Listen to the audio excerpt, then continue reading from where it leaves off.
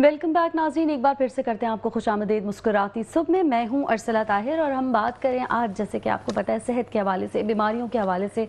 हर as के अपने अपने मसाइल होते हैं, लेकिन अगर हम बात करें बहुत छोटे बच्चों की तो उनके मसाइल मुझे ऐसा लगता है शायद ज़्यादा कॉम्प्लिकेटेड होते हैं। वो शायद उसकी एक बड़ी वजह ये भी है कि उनको अगर जो तकलीफ हो रही है, जो प्रॉब्लम हो रही है, वो उसका इजहार उस तरीके से कर नहीं सकते, अपनी बात आप तक पहुँचा नहीं सकते। तो उसका बेहतर तरीका यही होता है कि आपको एक अच्छा डॉक्टर मिल जाए, एक अच्छा पीडियाट्रिशियन मिल जाए जो बता सके इतने छोटे छोटे मासूम मासूम बच्चों के क्या मसाइल हो सकते हैं, ये रो क्या रहा, क्यों रहा है, इसको तकलीफ क्या हो रही है, क्योंकि उनको ज़रा समझना मुश्किल होता है। इसी मसले के हल के लिए हमारे साथ मौजूद हैं डॉक्टर इब्राहिम। अस्सलाम वालेकुम, मैंने वार्म वेलकम। कैसी हैं जी? बिल्कुल ठीक, आप कैसे हैं? अल्हम्दुलिल्लाह। अच्छा, मैंने ठीक कहा ना, छोटे बच्चों के थोड़े से मसाइल, थोड़े से प्रॉब्लम तो होती है। बड़ा तो इंसान आपको आके बता देगा मुझे यहाँ दर्द है, मुझे यहाँ दर्द है, जल्दी से आप उसको ट्रीट करेंगे। बट इतने छोटे बच्चे को पूरा प्रॉपर एक चेकअप होगा, उसके बाद निकलेगा कि ये प्रॉब्लम है। इसको घर में कोई उसे नहीं बता सकता कि हम इस मसले के साथ बच्चे को लेकर, ऐसा ही है ना? बिल्कुल आप सही कह रही हैं, क्योंकि छोटा बच्चा एक तो सिर्फ अपनी बातें सिर्फ रो के बताता है, और रोने से आपको रोने की कैफियत और रोने के स्टाइल माँ को पता चलने चाहिए कि किस वक्त क्या रोने से क्या चीज़ चाहिए उसको, क्योंकि बेज़बान बच्चा होता है और बेज़बान बच्चे की सिर्फ लैंग्वेज रोना है। बिल्कुल। और इसके मसाइल भी सबसे ज़्यादा होते हैं, क्योंकि जब न्यू पेरेंट्स बन रहे होते हैं तो सबसे इम्पॉर्टेंट चीज़ ये होती है कि इनको इर्द गिर्द की चीज़ें नहीं पता होती कि क्या करना है। प्लस साथ में जो दादी नानियाँ होती हैं या XYZ, जो अगर घर में बहुत सालों बाद कोई बच्चा नया पैदा होता है तो जो दादी नानियाँ हैं वो भी भूल गई होती हैं, तो ऑफकोर्स वो सारी चीज़ें उनके लिए सब नया पैरामीटर्स पे होते हैं। नो डाउट मैं हमेशा इस चीज़ का शुक्रगुजार भी होता हूँ, थैंकफुल भी होता हूँ, अप्रिशिएट भी करता हूँ कि मेट्रो न्यूज़ जो है वो हर दफ़ा जो है छोटे छोटे टॉपिक्स उठा के जो है आप लोगों के तक पहुँचाते हैं। तो इसका सबसे बड़ा थैंकफुल भी हैं और लोगों को इस चीज़ से सीखने को भी मिलता है बहुत। बिल्कुल। अच्छा, हम बात कर रहे थे छोटे बच्चों की, और अक्सर जो है वैसे तो बहुत सारे प्रॉब्लम्स हैं छोटे बच्चों की। तो के पेट में दर्द है तो ज़ाहिर आपने कहा ना, रोने के तरीक़ों से किसी माँ को समझ आ जाती है, किसी माँ को जो न्यूली मदर होती है उनको समझ भी नहीं आती। और हम जहाँ रहते हैं, जिन माशरे में रहते हैं, वहाँ पर जो नानियाँ दादियाँ, उनके पास अपने टोटके भी बहुत होते हैं कि इसको ये ऐसे करके दे दो, यूँ कर दो, ऐसे कर दो। बस वो उनको भी समझ नहीं आ रहा होता, कभी वो तुक्का लग भी जाता है और कभी नहीं भी लगता। खैर, मसाइल तो बहुत सारे बच्चों के। अभी हम एक कॉमन प्रॉब्लम जो अक्सर माओं को लगती है, वो मुझे तो खैर लगता है जब अम्मियों के बच्चे बड़े हो जाते हैं तब भी उनको लगता है कि सही ग्रोथ नहीं हो रही इसकी, अभी इसने पेट भर के खाना नहीं खाया। लेकिन जो सीरियस प्रॉब्लम हो रही थी बहुत सारे छोटे बच्चों के साथ, वो माओं को बड़ा सीरियस नोट पर लगता है कि मेरे बच्चा जो है वो अच्छी तरह से ग्रो नहीं कर रहा, सही ग्रो नहीं कर रहा। थोड़ा इस टॉपिक की तरफ हम आ जाते हैं कि क्यों ग्रो नहीं कर रहा, क्या रीजंस होती हैं उसकी, क्या क्या करना चाहिए, कहाँ गलती हो रही है। देखिए, आपको बताऊं कि सबसे इम्पॉर्टेंट चीज़ ये है कि आप कहाँ से शुरू करते हैं। ये स्टार्ट होता है 1000 डेज ऑफ लाइफ से, जब बच्चा माँ के पेट में होता है। और बहुत इम्पॉर्टेंट फैक्टर है कि माँ का पेट के अंदर जब बच्चा होता है उसकी ग्रोथ को कितनी अच्छा डेवलप किया जाए, उसको कितना स्ट्रेस फ्री किया जाए, उसको कितना हाई न्यूट्रिशन दी जाए, उसको कितना खुश किया जाए, तो इससे बच्चा भी डेवलपमेंट अच्छा होता है। और आपने भी सुना होगा कि जैसे बच्चे की डेवलपमेंट आप पेट के अंदर करते हैं, ऐसे ही बच्चा बाहर निकलता है। चाहे वो माँ रोते रोते पैदा करे, स्ट्रेस में करे, तो बच्चा स्ट्रेस में रोते हुए पैदा होगा, या सारा वक्त रोता रहेगा, चिड़चिड़ा रहेगा। और दूसरा जो है, जब बच्चा न्यूट्रिशन वाइज छोटा पैदा होगा तो उसके कॉम्प्लिकेशन भी सबसे ज़्यादा होंगी। एग्जांपल लें कि अगर माँ के पास हीमोग्लोबिन लेवल कम है, उसका विटामिन डी लेवल कम है, या मैग्नीशियम लेवल कम है, या बहुत सारे दूसरे मिनरल्स हैं उसके लेवल कम है, तो बच्चा मोस्टली कभी कभी इंट्रा यूट्राइन ग्रोथ रिटार्डेड बच्चा पैदा होता है। अच्छा, इसको आसान अल्फाज में ज़रा बताइए जो हर किसी को फौरन समझ में आ जाए। जो बच्चा, फर्ज करें कि एक बच्चा नॉर्मली बच्चा पैदा होता है 3.2 kg का, एक नॉर्मल बच्चे का वजन होना चाहिए। एक बच्चा पैदा हो गया 2.2 का, 2 किलो का, जो आजकल सबसे ज़्यादा हम देखते हैं कि इतने ही छोटे छोटे बच्चे पैदा होते हैं। उनकी ख़ास बात ये होती है कि उनको कहते हैं IUGR, intra uterine growth retarded, या फिर स्मॉल फॉर गेस्टेशनल एज। अच्छा, मतलब वक्त से पहले पैदा हो गया और छोटा हो गया। एक बच्चा वक्त पे पैदा हुआ मगर इंट्रा यूट्राइन ग्रोथ की डेवलपमेंट प्रॉपर नहीं हुई, तो ग्रोथ रिटार्डेड हो गया, ठीक हो गया। वो बच्चा पैदा ही हुआ 1.5 किलो का या 2 किलो का, अब ऑफ कोर्स उसकी कॉम्प्लिकेशंस भी सबसे ज़्यादा होंगी, बाहर निकलेगा पहले तो ठंड बर्दाश्त नहीं कर सकेगा, एटमॉस्फेरिक टेम्परेचर को मेंटेन नहीं कर सकेगा, सकिंग पावर अच्छी नहीं होगी, ब्रेन डेवलपमेंट अच्छी नहीं होगी, या दूसरे ऑर्गन्स हैं उसकी डेवलपमेंट प्रॉपर नहीं होगी। उसके लिए आपको न्यूट्रिशन फैक्टर्स को लेके जाना होता। अब वही न्यूट्रिशन फैक्टर जो माँ के पेट में थे, अब वही चीज़ माँ के दूध में आ जाती है।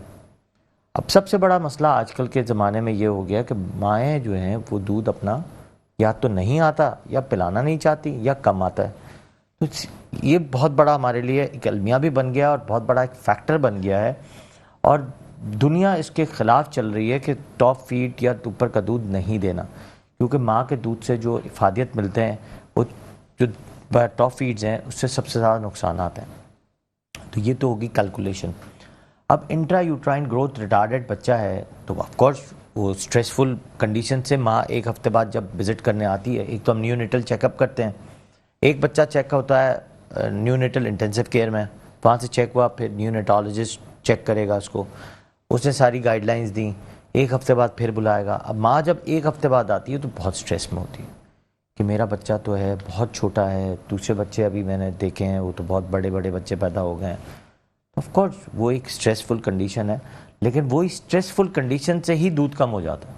तो आपको स्ट्रेस नहीं लेना, आपको बहुत इंपॉर्टेंटली अपना फीड ज़्यादा लेना है, ज़्यादा खाना खाना है, न्यूट्रिशन फैक्टर्स के पर ध्यान रखना है। अब एक माँ जिसका बच्चा एक हीमोग्लोबिन लो और विटामिन डी लो और मैग्नीशियम लो के साथ पैदा होगा, तो ऑफ कोर्स इसको साथ मसले भी, लंग्स के मसाइल सबसे ज़्यादा होंगे, ग्रोथ के साथ लंग्स के मसाइल ज़्यादा होंगे, उसको सबसे ज़्यादा होगा, उसको नमूनिया शुरू हो जाएंगे, अच्छा, एलर्जी शुरू हो जाएंगी, थोड़ा सा बड़ा होगा तो फ्लू लाइक सिम्टम शुरू हो जाएंगे, इससे थोड़ा सा बड़ा होगा तो ब्रोंकाइटिस, ब्रोंकोलाइटिस, क्रॉनिक चलते चलते चलते चलते अस्थमा की तरफ चला जाएगा, क्योंकि नमूनियाज बार बार होते रहेंगे। तो इन चीज़ों का ध्यान के लिए of course you need a good consultant की रिव्यूज़ बहुत ज़रूरी हैं, जो आपको टाइम दे और आपको प्रॉपर तरीके से इसको गाइड करे कि आपको ग्रोथ कैसे करवानी है, इसको न्यूट्रिशन फैक्टर्स कैसे आपके भी देने हैं, फिर बच्चों को कैसे बढ़ाना है। ऑफ कोर्स कई दफ़ा हम खिलाफ तो होते हैं टॉप फीड के, लेकिन कई दफ़ा बिल्कुल मजबूरी हो जाती है, और कई दफ़ा हम मशवरा देते हैं कि कोई दूसरी माँ ढूंढ लो, कोई डोनर मदर ढूंढ के आप फीड कराओ, वो भी अगर मसला हल नहीं होता तो देन वी स्टार्ट के भाई चलो यार थोड़ा बहुत टॉप फीड दो के आप लेवल को कंटिन्यू रखो, वरना तो वेट लूज़ करेगा बच्चा। अब बच्चा अगर फ़र्ज़ करो एक बच्चा पैदा हो गया, नॉर्मली एक बच्चा पैदा हुआ कि अब आप IUGR से हट के नॉर्मल बच्चे पे आ जाते हैं, एक बच्चा 3.2 kg का पैदा हुआ, तो इसको एक रूल ऑफ थंब ये है कि 3 महीने में इसको डबल हो जाना है, मतलब 6 किलो का होना ही होना है। अच्छा, 3 मंथ्स में? 3 मंथ्स में। Okay. अगर एक बच्चा 50 सेंटीमीटर का बच्चा पैदा हुआ है तो उसको 1 साल पे 10 सेंटीमीटर ऑफ हाइट होनी है, मतलब +25 होगी तो 50 + 25 75 सेंटीमीटर 1 साल पे होना ही होना है। ये एक हेल्दी बच्चे का ये एक हेल्दी बच्चे का स्ट्रक्चर बता रहा हूँ, क्योंकि आजकल आपको बात बताऊँ कि हमारे पास जो सबसे ज़्यादा प्रॉब्लम्स आ रहे हैं वो बहुत सारे इस तरह के छोटे छोटे मसाइल है, जैसे शॉर्ट स्टेचर है, नो डाउट वेट के इश्यूज तो हैं, बट शॉर्ट स्टेचर के इश्यूज भी बहुत ज़्यादा हो गए हैं, साथ में लर्निंग के प्रॉब्लम्स भी बहुत ज़्यादा आ रहे हैं। तो एक्चुअली सारा डिपेंड करता है न्यूट्रिशन फैक्टर्स पे, और वहीं कहीं लैक हो जाता है कि आपकी कैलकुलेशन नहीं रहती। अब मैंने कहा कि आप प्रॉपर अगर कंसल्टेंट के पास जाते हैं, आपका अगर वेट सही हो रहा है, आप कहीं भी जा रहे हैं, अब कई दफ़ा हमारे पास पेपर्स आते हैं, हम तो 10 दिन से डॉक्टर को दिखा रहे हैं, मैं कहता हूँ अच्छा पिछला वज़न बता दो, हम पहले भी डॉक्टरों के पास गए हैं, वज़न दिखा दो, नहीं उन्होंने तो कभी वज़न किया ही नहीं, कभी हाइट तो हुई नहीं। तो ये एक बहुत बड़ा वो है प्रॉब्लम इन आवर सोसाइटी के, कुछ जहाँ आप जा रहे हैं वो अप्रोप्रिएट जगह नहीं है जहां आपको जाना है। जैसे जनरल फिजिशियंस के पास जा रहे हैं, वहां पे बहुत रश लगा होता है, वो पीडियाट्रिक कंसल्टेंट नहीं है। तो आपको प्रॉपर तरीके से अगर आपके बच्चे की ग्रोथ को देखना है, जो आपका सवाल था, आप वहां पे आते हैं, तो आपको प्रॉपर कंसल्टेंट का विजिट करना जरूरी है। ठीक, एवरी 6 मंथ्स टू 1 ईयर पे हाइट, वेट, सर की पैमाइश, ये सारी लेना जरूरी है। अच्छा, इसमें ये भी इंपॉर्टेंट है कि FOC, जो फ्रंटल ऑसिपिटल का जो साइज है वो बहुत इंपॉर्टेंट है कि आपको ये बढ़ रहा है नहीं बढ़ रहा, ये प्रॉपर ग्रोथ कर रहा है, ये बड़ा तो नहीं हो रहा, ये छोटा तो नहीं रह गया, ये बहुत इंपॉर्टेंट है। उसके साथ ही पूरा ब्रेन का ग्रोथ है। अब हाइट के आपने देखा कि अगर फर्ज करें एक बच्चा आता है मेरे पास कि 3 साल का बच्चा है, अब इसकी 3 साल पे एक बच्चे की हाइट होनी चाहिए 95 सेंटीमीटर, आया वो मेरे पास 87 सेंटीमीटर जो थी 2 साल पे बच्चे की हाइट थी 85 सेंटीमीटर, 87 पे आया। अब वो 2.25 साल पे रुक गया और मेरे पास आया 3 साल पे, अब होनी चाहिए थी 95। सही। अब कहाँ ये ग्रोथ जो है बिल्कुल पीछे चली गई है और कहाँ रुकी है। अब ये पैरामीटर्स पेशेंट्स के पेरेंट्स के पास नहीं है कि पैरामीटर कहाँ रुकी, हमें नहीं पता, क्योंकि वो बस प्रॉपर अब हमें चेकअप चल ही नहीं रहा है ना, प्रॉपर चेकअप नहीं चल सही रहा, है। तो यहाँ आपको ग्रोथ फैक्टर मिलता है। अब कई मायाँ आती हैं, अब वो वाली बात के उनको परेशानी होती है। एक बच्चा आया 100 सेंटीमीटर 4 साल पे होना चाहिए, 110 सेंटीमीटर है 4 साल पे, और वेट जो 16 किलो होना चाहिए वो वेट है 20 किलो। अभी भी परेशान है कि नहीं मेरा बच्चा जो है वो ना बढ़ रहा है, बिल्कुल रुका हुआ है। यहाँ परेशानी नहीं है, यहाँ पे खुशी की बात है बिल्कुल कि वो बच्चा तो अम्मी वाला फैक्टर है। हाँ, वो अम्मी वाला फैक्टर है, खाता है नहीं। हम ये कहते हैं खाता नहीं है, तो ये जो ग्रोथ हो रही है it's proper growth.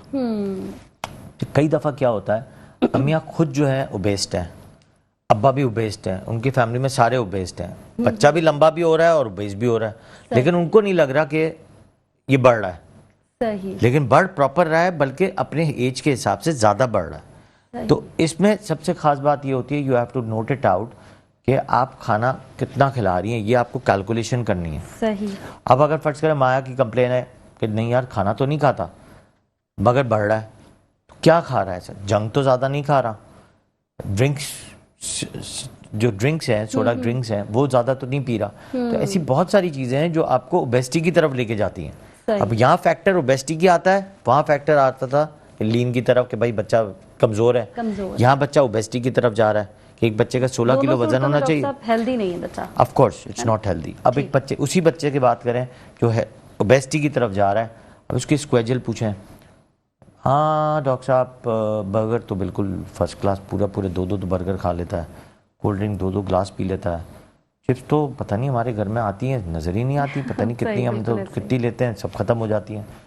This is a selfishness about your kid कि आप अपने बच्चे को ओबेसिटी की तरफ खुद लेके जा रहे हैं। ओबेसिटी का मतलब है आपके थायराइड लेवल्स बढ़ेंगे, इंसुलिन लेवल बढ़ेगा, शुगर लेवल बढ़ेगा, कोलेस्ट्रॉल लेवल बढ़ेगा, और आपका बच्चा आगे जाके बहुत सारी बीमारियों का शिकार होगा। बिल्कुल। फिर आप उसकी एक्टिविटी पूछते हैं, पता चलता है एक्टिविटी तो ज़ीरो है, सिर्फ फ़ोन पे लगा हुआ है। ऑफ कोर्स ओबेसिटी तो बढ़ेगी, वेस्ट लाइन बढ़ेगी, पूरी बॉडी बढ़ेगी। हाइट बढ़ने का जो मकसद था वो ये था कि शायद फैमिली में सारे जो लोग हैं वो लंबे थे, तो ऑफ कोर्स तो हाइट तो लंबी लेके पैदा हुआ है, तो इसलिए का बर्थ पे ही हाइट इसकी 52 नहीं होगी, हो सकता है बर्थ पे हाइट ही 55-60 हो। तो ये बहुत इंपॉर्टेंट फैक्टर्स हैं जिसको हम कैलकुलेशन करके माओं को और पेरेंट्स को दे देते हैं कि स्ट्रेस लेना है या नहीं लेना। सही। कि कहाँ गलती कहाँ हो रही है। मुझे जो बेसिक सबसे इम्पोर्टेंट बात जो लग रही है सारी सिचुएशन में, वो ये है कि एक अच्छे डॉक्टर के पास प्रॉपर, जो उसका स्पेशलिस्ट है उसके पास प्रॉपर चेकअप ना होना सबसे बड़ी वजह है। ऑफ कोर्स, तो क्योंकि अगर पहले दिन से हो रहा होता है तो आप एक एक चीज का रिकॉर्ड रखते हैं, और यहाँ गलती हो रही है अम्मा अब्बा से। नहीं, आपको बात बताऊं, कुछ पेरेंट्स तो बहुत फिनिकी होते हैं। अगर 9 अक्टूबर लिखी हुई है ना वैक्सीन की, वो 9 अक्टूबर ही आएंगे। उसमें कभी कभी संडे होगा ना तो कैलकुलेशन फौरन वहीं कर लेंगे, डॉक्टर साहब ये तो संडे आ रहा है, मैं कहूँगा अच्छा भाई मंडे को आ जाना। तो दे आर वेरी, कुछ तो बड़े पॉजिटिव होते हैं, कुछ तो पेरेंट्स में फादर भी बहुत पॉजिटिव होते हैं, नहीं हर चीज़ वक्त पे होनी चाहिए, वेट होना चाहिए, प्रॉपर कंसल्टेंट होना चाहिए हमारा, मतलब ऐसा नहीं होना चाहिए कि बस हम आ जाएं और आए, they have to talk with the consultant. Vaccine पे आएंगे तब भी वो बात करना चाहेंगे, वेट करना चाहेंगे, हाइट कराना चाहेंगे, दैट इज इम्पॉर्टेंट। मैं इस पर तो मैं हमेशा इसको अप्रिशिएट करता हूँ। कुछ पेरेंट्स जिनकी वैक्सीन 4 साल का हो गया है, 2 साल पे वैक्सीन हुई है, 1.5 साल पे हुई है, इसके बाद वैक्सीन ही नहीं हुई, इसके बाद कोई डॉक्टर का विजिट ही नहीं हुआ भी है तो किसी छोटे मोटे गली मोहल्लों के डॉक्टर्स पे हो गया। तो ये बहुत इंपॉर्टेंट है कि आपको प्रॉपर डॉक्टर के पास अब जाते हैं और जब प्रॉपर बात करते हैं तो आपको बहुत सारी ऐसी नॉलेज मिलती है, लेकिन स्टिल आप इतनी नॉलेज दे रहे होते हैं कि आवाम इतनी सुन रही होती है, तो इसका अगर फ़ायदा ले तो बिल्कुल। ये सबसे इम्पोर्टेंट है कि आप ये भी फ्री में जरूरी है। लाइन में बैठे बगैर आप सिर्फ जो है सिर्फ प्रोग्राम देख के बिल्कुल। और आप जो है इसकी नॉलेज ले रहे हैं। बिल्कुल बिल्कुल ऐसा ही है। प्रोग्राम देखकर जरूर नॉलेज लीजिए और प्रोग्राम में बंदे रहिए। यहाँ वक्त है छोटी सी ब्रेक का, जल्दी से जाते हैं और वापस आते हैं। आपने कहीं नहीं जाना, रहना है हमारे साथ। वेलकम बैक नाज़रीन, एक बार फिर से करते हैं आपको खुशामदीद मुस्कुराती सुबह में। मैं हूं अरसला ताहिर और हमारे साथ मौजूद हैं डॉक्टर इब्राहिम। बात करें छोटे बच्चों पर, उनकी प्रॉब्लम्स पर, उनकी बीमारियों पर और उनके सोल्यूशन की तरफ भी आ रहे हैं। अच्छा जी डॉक्टर साहब, बहुत सारी बातें की हमने, अम्मा अब्बा तो परेशान हो रहे हैं, बच्चे कहीं हो रहे हैं कहीं नहीं हो रहे हैं, अजीब अजीब बिहेवियर है, बच्चों के भी अजीब अजीब बिहेवियर्स होते हैं ना, टेम्पर इशूज़ भी आ जाते हैं बहुत ज़्यादा। ये इसकी क्या वजूहत होती हैं, क्यों हो रहा है ये, और इसका इलाज क्या है, इसको ठीक कैसे करें? आपने कुछ बच्चों को देखा होगा कि रोते रोते ज़मीन पे लेट जाते हैं, सर मारना शुरू कर देते हैं, अपने आप को मारना शुरू कर देते हैं, बाल खींचना शुरू कर देते हैं।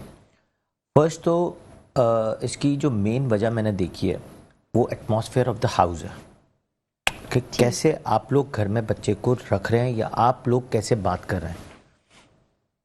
फर्ज करें कि एक घर में बहुत गाली गलोच, तू तड़ाके से बात करते हैं, बहुत गुस्से में बात कर रहे होते हैं, पैनिक अटैक सब घर वालों को ही हो रहा होता है। बिल्कुल। तो ऑफ कोर्स यही सारी चीज़ें जो हैं मोस्टली प्रॉब्लम करती हैं बच्चे को और बच्चे की नेचर को, और आगे जाके स्कूल की प्रॉब्लम्स, ये सारे एक साथ आते हैं।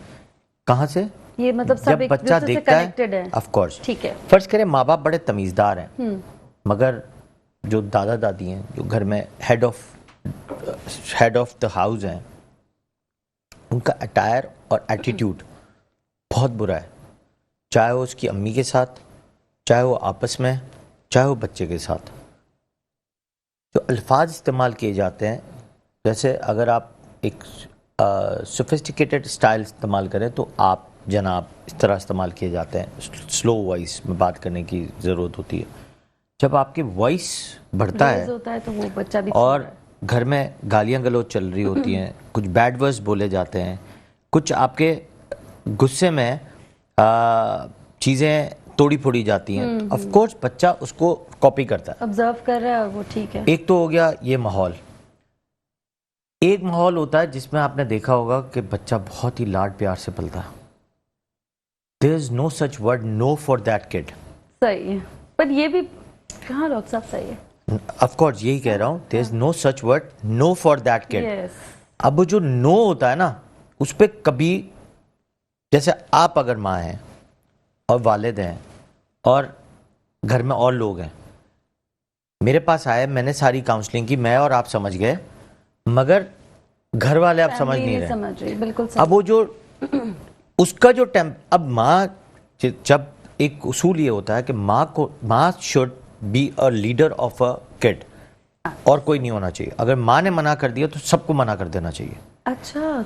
तो ऑफ कोर्स क्या होता है कि जो वो लाड प्यार से पल रहा होता है बच्चा, होता क्या है कि फिर वो रिबाउंड बैक करता है माँ बाप के सामने, जो टेम्पर दिखाता है कि वो माँ बाप मना कर रहे हैं, घर वाले हाँ बोल रहे हैं।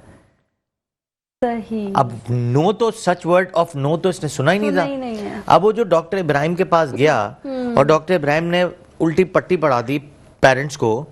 अब वो घर आके उन्होंने कहा कि भाई अब ये सारी चीज़ें करनी है जो उन्होंने सिखाई है, कि बच्चा तो हमारा अब नो पे यस पे कोई बात, मतलब कोई चीज़ हम रिजेक्ट करते हैं तो बच्चा लेट जाता है, गुस्सा करता है, टेम्पर टेंट्रम्स करता है, चीज़ें तोड़ देता है। अब ये वाला घराना जो है, ये लाड प्यार वाला घराना है। You are making you yourself is a enemy of a kid. ये पहले भी दिमाग में रखना चाहिए कि जितने लोग हैं आप सारे उसके दुश्मन हैं। फर्ज करें कि खुशी ये है कि फ्रिज में खोला और अंडा तोड़वाया, अब सब तालियां बजा रहे हैं, तो this was a bad nature आप लेके आए उसके अंदर, और वो पूरी नेचर जो है आपने खराब कर दी उस बच्चे की। वहां से स्टार्ट कर रहे हैं, सब कुछ अप्रिशिएट कर रहे हैं। अब किसी को इसने थप्पड़ मार दी, ओह बड़ा राजी हो रहे हैं, किसी को काट लिया, वो बहुत तालियां बज रही हैं। तो ऑफ कोर्स वो वहां आपने उसकी मेंटल साइकोलॉजी को जो है वो पूरा हिट कर दिया और वहीं आप ले आए, इसको खराब किया। तो सारी चीजें आपकी उस वक्त खराब होते होते आपके टेंट्रम्स शुरू हो जाते हैं। पहले तो बात ये होती है कि everybody has to be equal ही उस बच्चे पे अटेंशन बिल्कुल ऐसा अटेंशन दें, ठीक है। प्यार करना जुर्म नहीं है, मगर प्यार हद से ज़्यादा करे तो दुश्मनी पे आ जाता है। बिल्कुल ऐसा ही। आपने देखा होगा कि जो बहुत ज़्यादा लाडला, बहुत ज़्यादा प्यारा बच्चा होता है या बहुत ज़्यादा लाड प्यार में पला होता है, they are not a good strugglers, वो कामयाब इंसान नहीं होता। सही, ऐसा ही है। जो हार्ड स्टफ होके बच्चा पलता है और जिसको स्ट्रीट स्मार्ट बनाया जाता है और थोड़ा सा मेहनती बच्चा बनाया जाता है, जिस पे जिम्मेदारी डाली जाती है, तो आप देखें हमेशा बच्चा अप ग्रोथ पे रहता है, जिसको हर चीज आती है। बिल्कुल, उसको घर के काम भी आते हैं, उसको फाइट करना भी आता है, उसको मैनेजमेंट आती है, ही नोज एवरीथिंग। अब आपने बच्चे को लाड प्यार में रखा है, इसको तो कुछ नहीं आता, इसको कुछ ना बोलो, उसको कुछ नहीं आता, इसको कुछ ना बोलो, उसको कुछ नहीं आता, चाहे वो बेटी हो चाहे वो बेटा हो। क्या होगा, उसको कुछ भी नहीं आता, वो सारी जिंदगी अपाज मोहताजों की तरह रहता है, क्योंकि उसको तो किसी की डिपेंडेंसी की आदत हो गई है। सही, बिल्कुल। अब उसको क्या, अब यही सोल्यूशन है कि आप जब इसको स्ट्रांग बनाने के लिए, राइट पर्सन कौन है, उसकी माँ है। सही। अब माँ में भी कई दफा फॉल्ट होते हैं कि मेरा 4 बेटियों के बाद एक बेटा पैदा हुआ, वो जो बेटा है लास्ट वाला वो नालायक ही होगा, वो कभी भी स्ट्रांग नहीं होगा, वो कभी भी हार्ड स्टफ स्ट्रगलर्स नहीं बनेगा, क्योंकि आपने तो 4 बेटियों के बाद एक बेटे को इतना लाड प्यार में पाल लिया है कि उसको तो दुनिया का पता ही नहीं है, उसको तो ये नहीं पता गिर के मुझे खड़ा कैसे होना। सही है। तो ये बहुत इंपॉर्टेंट चीजें हैं जो समझनी होती हैं, और this will be makes you good कि आप अच्छे काउंसलिंग को फॉलो करें। ऑफ कोर्स आप ये सुन रहे हैं, और अगर फर्ज करें कि 1 लाख लोग सुन रहे हैं, उसमें 1 लाख लोग में से 20,000 बच्चे तो सबके पास होंगे। बिल्कुल। अगर आप सुन रहे हैं तो ऑफ कोर्स इस चीज़ को फॉलो करें और इसको आगे पहुंचाएं भी कि यार ये तो बहुत एक फैक्टर ही बुरा है कि आपको करना कैसे सही। इसका सोल्यूशन क्या है? अच्छा डॉक्टर साहब, इसी से मुझे रिलेटेड एक बात याद आई। आपने कहा एक तो बच्चा देख रहा है कि फैमिली में कोई गुस्सा करता है तो उसने भी गुस्सा करना शुरू कर दिया, कोई स्लैंग कह रहा है तो उसने भी, वो भी स्टार्ट हो गया, कोई भी हंगामा हो रहा है तो उसने उसको कॉपी कर लिया। एक जगह मैंने ये केस भी सुना था जहां पर फैमिली बड़ी सोफिस्टिकेटेड, बड़ा अच्छा माहौल, और उनके घर का बच्चा जो है वो हर थोड़ी देर बाद पर चीखें मार मार कर रोने लगता था, गुस्सा करने लगता था, चीजें फेंकता था, समझ नहीं आ रही थी कि वो क्या रहा था। फिर जब उसको डॉक्टर के पास लेकर गए थे तो डॉक्टर ने ये बताया कि इसके अंदर खून की बहुत कमी है, ये इंतहाई वीक है, इस वजह से ये वाले रिएक्शन आती है। सही है?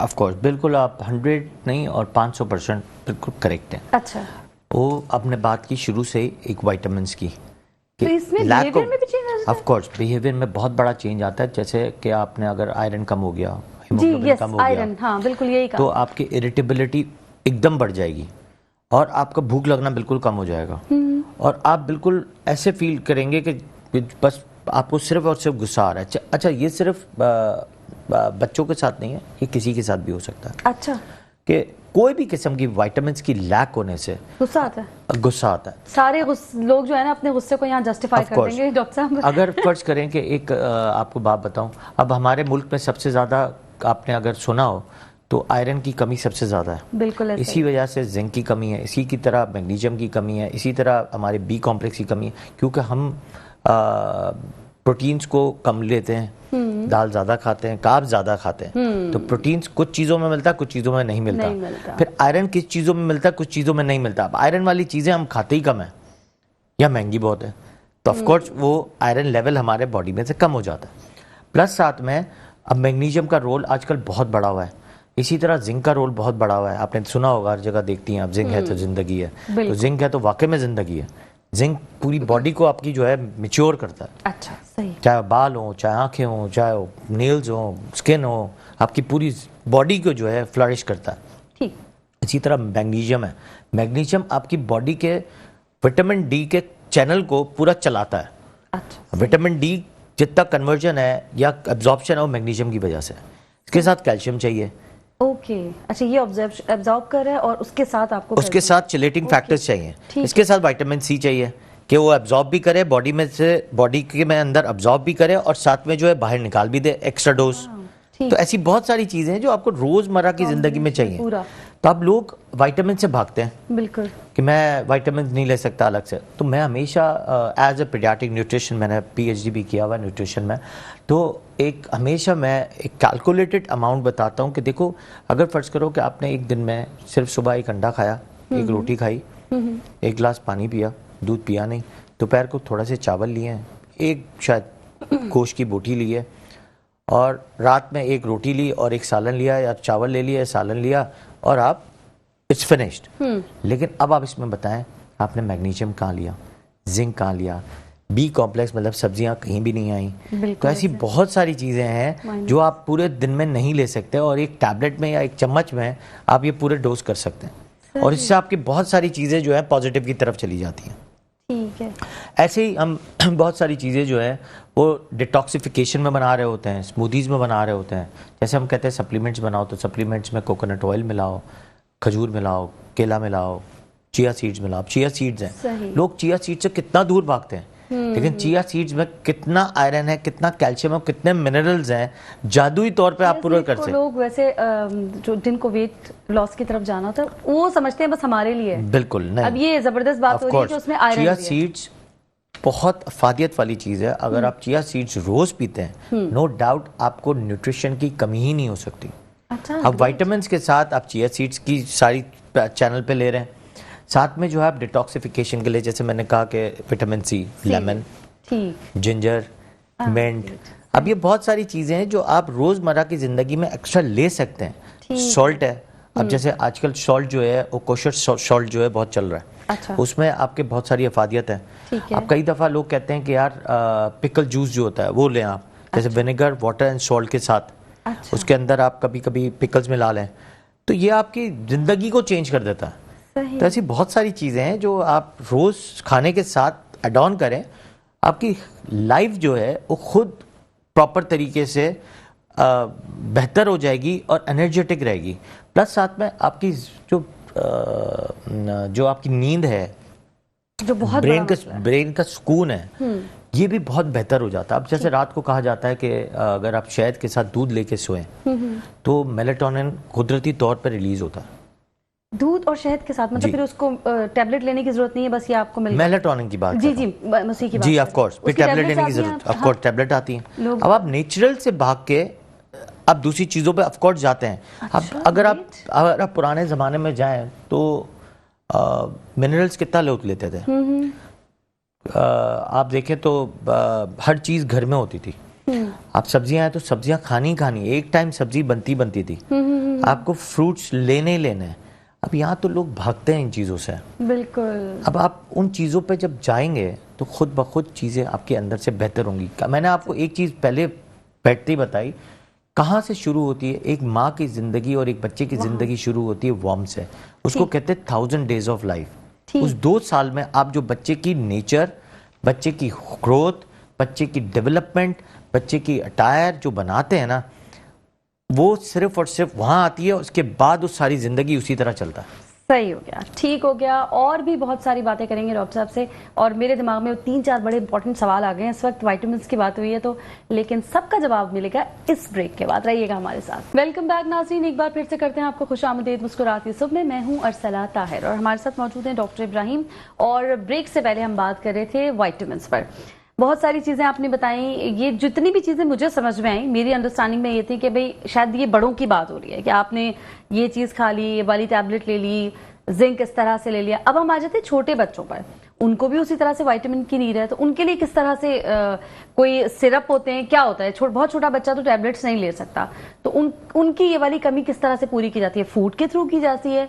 कोई ऐसे सीरियल्स होते हैं, क्या है उनके लिए? Nutrition institute of research and science कहता है, जो दुनिया को कहता है कि फर्स्ट डे ऑफ बच्चे से आप स्टार्ट करो विटामिन से। अच्छा, सही है। अगर इसकी ग्रोथ प्रॉपर, माँ की ग्रोथ अगर सही नहीं है, मैंने कहा कि वॉर्म से अगर बच्चा पैदा सही नहीं हुआ, you should start the vitamins right first day to 3rd day of life से स्टार्ट कर दें, जिसमें सारे विटामिन्स के साथ आयरन भी है, कैल्शियम भी है और दूसरे विटामिन भी हैं, जैसे बी कॉम्प्लेक्स है, ठीक है, या आपके मैग्नीशियम है, जिंक है। ये सारी चीज़ें आप स्टार्ट करेंगे 3rd डे से या 1st डे ऑफ इतने लाइफ छोटे बच्चे को मतलब आप बिल्कुल दे सकते हैं। और ये जो हमारे यहाँ है कि नहीं दे रिसर्च सकते? इंस्टीट्यूट ऑफ न्यूट्रिशन के प्रोटोकॉल के हिसाब से बात बता रहा हूँ मैं आपको। अरे जबरदस्त, ठीक हो गया। और ये इंटरनेशनल है, ये लोकल नहीं है, क्योंकि मैंने भी PhD जो की है वो मैंने बॉस्टन यूनिवर्सिटी ऑफ USA से की है, और वहीं से सारी न्यूट्रिशन की सारी गाइडलाइंस दुनिया में फेंकी जाती हैं कि what is how to deal with the nutrition. सही। तो ये सबसे इम्पॉर्टेंट है कि आपको अगर माँ की न्यूट्रिशन प्रॉपर नहीं है तो ऑफ कोर्स बच्चे को आपको यहाँ से एडिशनली न्यूट्रिशन देनी है, वरना बच्चा कहीं ना कहीं ग्रोथ नहीं करेगा।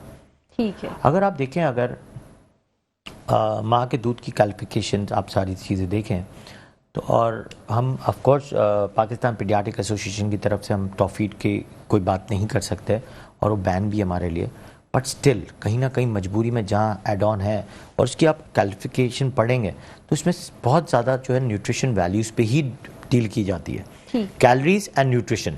जहाँ कैलोरीज प्रॉपर नहीं होंगी वहाँ पे ऑफ कोर्स आपका बच्चे का ग्रोथ जो है बढ़ेगा नहीं। ऑफ कोर्स जैसे आपको बात बताऊँ, मेरा और आपका भी, अगर आप प्रॉपर रोज़मर्रा की ज़िंदगी में अगर आप प्रॉपर तरीके से कैलोरीज और न्यूट्रिशन नहीं लेते तो आपके अंदर आप देखें खुद ब खुद डिफेक्ट पैदा होना शुरू हो जाएंगे कुछ अर्से में ही। अगर फर्ज करें आप प्रॉपर कैल्शियम नहीं लेती हैं तो आपकी हड्डियों में कहीं ना कहीं पेन होना शुरू हो जाएगा।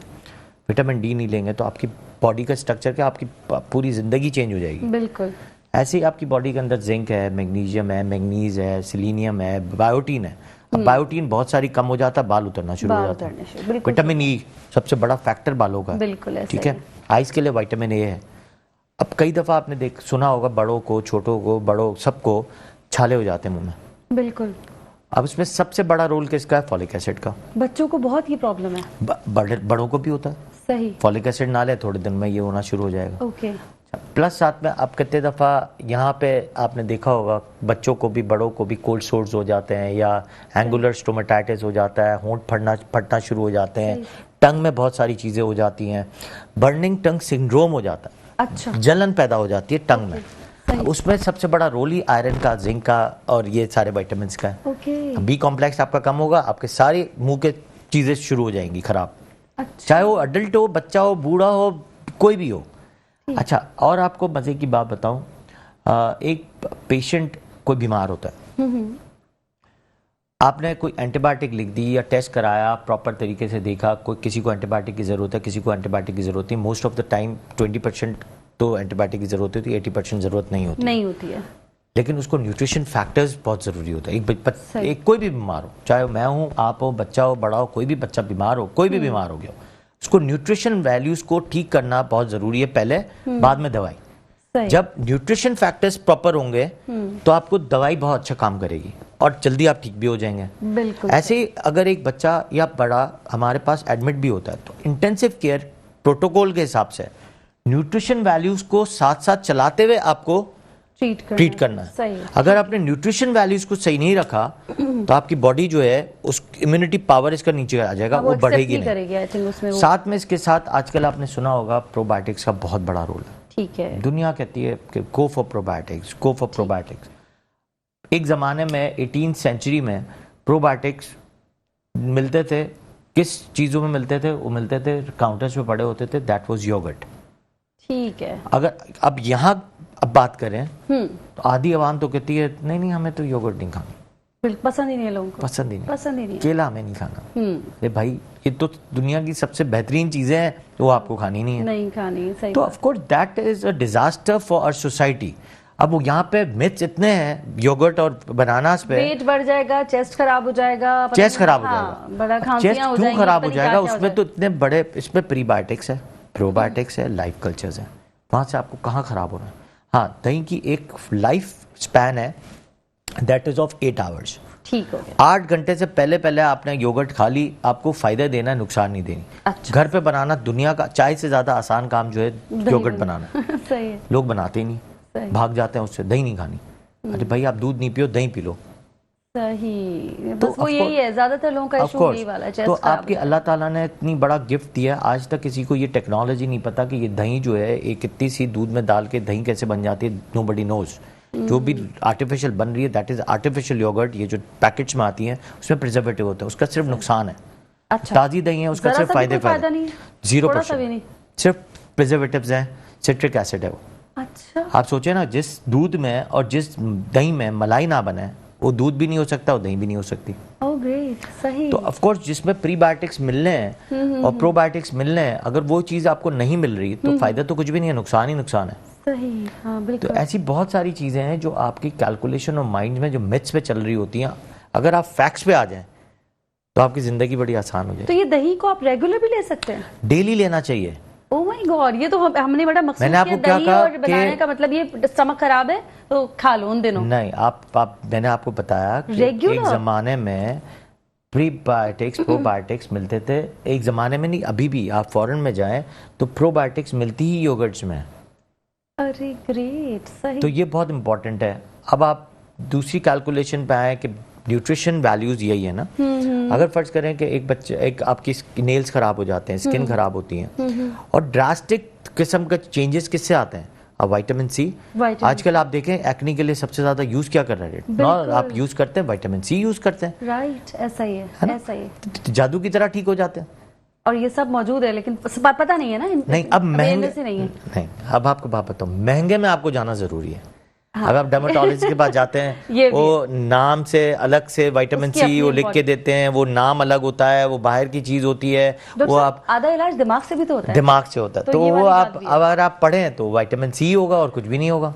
हाँ, ये और जब विटामिन सी आप वैसे ही ले सकते हैं कहीं विटामिन में, तो अलग से लेने की कहाँ जरूरत क्या है? आप जब विटामिन सी खुद ब खुद लेंगे तो खुद ब खुद चीजें की भी ठीक बात हो ही जाएंगी। अलग है। अच्छा डॉक्टर साहब, अभी थोड़ी देर पहले आप बात करते कि एंटीबायोटिक जब देते हैं बच्चों को तो पहले जाहिर है उनकी ये वाली चीज आप विटामिन दीजिए ताकि वो ट्रीट अच्छे से कर दे। मुझे एंटीबायोटिक से बात याद है कि ये कुछ कहा जाता है कि बहुत ज्यादा इसके साइड इफेक्ट्स हैं, तो ऐसा ही है? क्योंकि अगर बच्चा वाकई सीरियस बीमार है तो फिर उसको देना ही है ना एंटीबायोटिक्स।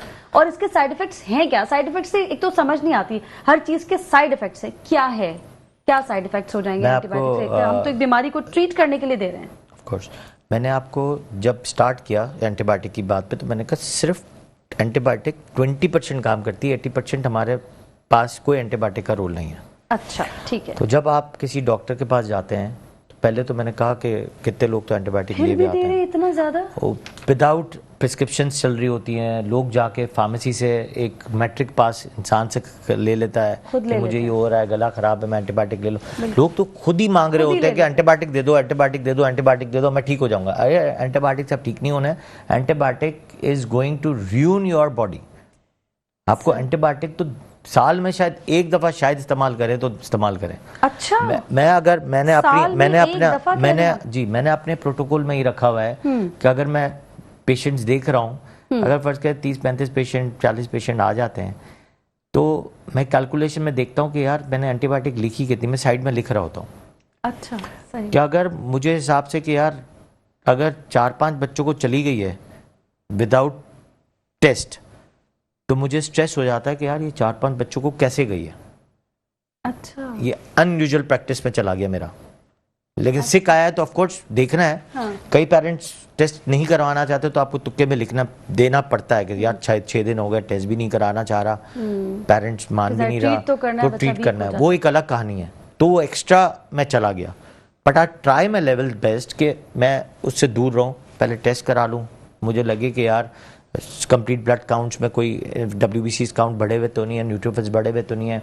आजकल सी रिएक्टिव प्रोटीन का रिवाज बहुत अच्छा हो गया है, उसमें हाई इन्फेक्शन फौरन पकड़ा जाता है, पता चल जाता है कि हाँ यार हाई आ रहा है तो आपने एंटीबायोटिक दी, नहीं आ रहा तो कुछ भी नहीं देना, सिर्फ आपको आइबुप्रोफेन या मेफेनेफिक एसिड या पैरासीटामोल पे लेके घर भेज दो। लेकिन साथ में न्यूट्रिशन और प्रोबायोटिक्स दे दो।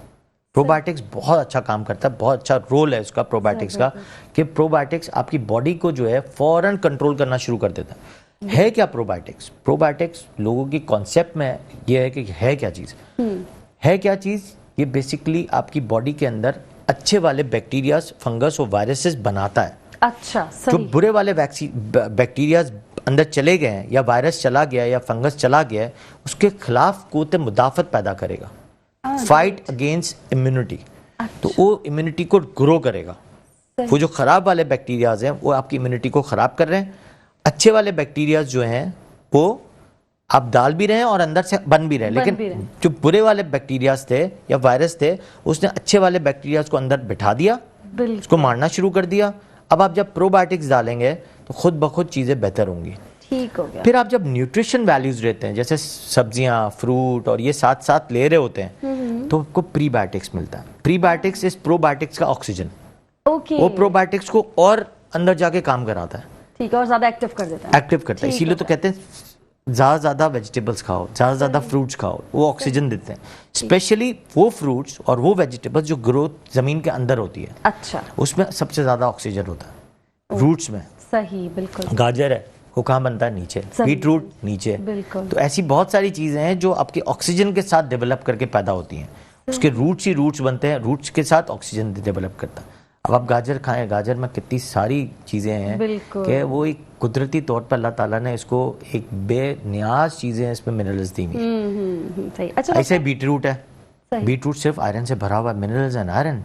मतलब आपका आजकल तो आपको पता है ABC juice, apple, beetroot, carrot is a miracle juice, सही, और इससे बेहतर, इससे अच्छी कोई चीज़ नहीं है।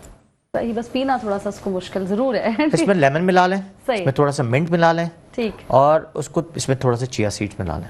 हाँ, अरे वाह, it will be a good smoothie. और गारंटी बताता हूँ, ये आप रोज पिएं, खुद ब खुद आपका जो है अंदर से बॉडी का स्ट्रक्चर ही चेंज हो जाएगा। और इसका राइट टाइम क्या है, किस वक्त लें इसको? Early morning. Early morning. उसके कितनी देर बाद नाश्ता कर लेंगे, ये भी बता दें। नाश्ता आप इसके आधे घंटे बाद, 1 घंटे बाद कर लें। देखिए सुबह अर्ली मॉर्निंग, आपको बात बताऊं, every day what I do, मेरा एक शेड्यूल है। जैसे अभी भी आया तो आई डिड माई एक्सरसाइज करके मैं हमेशा ये एबीसी जूस तो नहीं, लेकिन एक मैं स्मूदी ज़रूर लेता हूँ जिसमें पानी में थोड़ा सा नमक होता है, लेमन होता है, मिंट होता है और जिंजर होता है। ठीक, और चिया सीड्स होते ही होते हैं उसमें। चल, जबरदस्त डॉक्टर साहब। और जाते जाते जो बात आप काम की करके चले गए ना, ये मतलब सारी बातें काम की, लेकिन ये एक मजेदार सा जो है ड्रिंक या स्मूदी जो भी कह लीजिए बता दिया, ताकि आपका डे का स्टार्ट जो है वो बड़ा अच्छा सा हेल्दी सा हो जाए, और डे फिर इख्तिताम भी बहुत अच्छा सा हो जाए। Thank you so very much, आपकी आमद का बहुत शुक्रिया। बहुत सारी इन्फॉर्मेशन हमने गैदर की, देखने वालों ने गैदर की। आई होप कि आप सबको बहुत अच्छा लगा होगा आज का प्रोग्राम भी। कल फिर होगी आपसे मुलाकात, तब तक के लिए अल्लाह हाफिज़, टाटा एंड बाय बाय।